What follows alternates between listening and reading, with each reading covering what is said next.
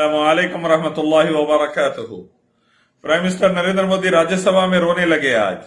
गुलाम नबी आजाद जो है उनका रिटायरमेंट था राज्यसभा से, तो इसीलिए प्राइम मिनिस्टर नरेंद्र मोदी एक वाक़े को गुजरात के चंद लोगों को कश्मीर में अटैक करके जब मारा गया था तो उस पर रोने लगे।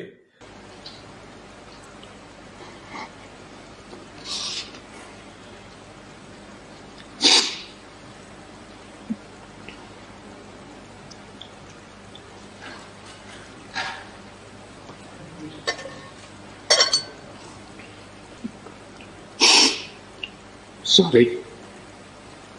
मैं कहना चाहता हूं वाकई में प्राइम मिनिस्टर है तो इखलाक और पहलू खान की मौत पर भी रोइए, तबरेज अंसारी की मौत पर भी रोइए, जिनको आरएसएस के आतंकवादियों ने, वीएचपी बजरंग दल के आतंकवादियों ने मार दिया जय श्री राम का नारा लगा के।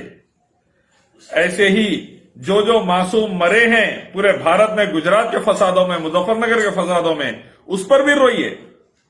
खाली आप एक जगह के लिए रो रहे, दूसरी जगह के लिए छूट दे रहे, मासूमों को मारो, तो इससे तो भारत बचने वाला नहीं, बर्बादी रहेगी। आप इंसाफ से काम लीजिए, आप सबके लिए रोइए जो भी मासूम मरा, और खातिलों को सजा देने की बात करिए। एक तरफ आजादी देके दूसरी तरफ रो रहे हैं, यह गलती है। इंसाफ रहेगा, पैगंबर मोहम्मद सल्लल्लाहु अलैहि वसल्लम ने फरमाया, तो इंशाअल्लाह अमन और सलामती रहेगी। जुल्म रहेगा तो आतंकवाद रहेगा।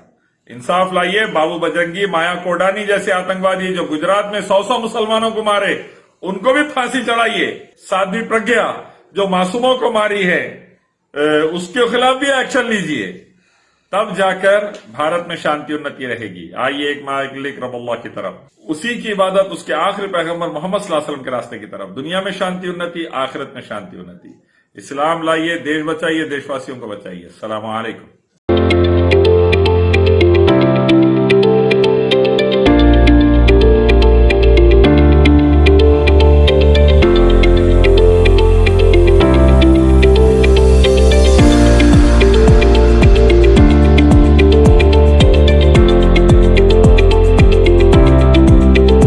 नाजरीन, इस खबरनामे के ताउन करदा इजी एक्सप्रेस 99 स्टोर, टोली चौकी, पोडियम मॉल, हैदराबाद।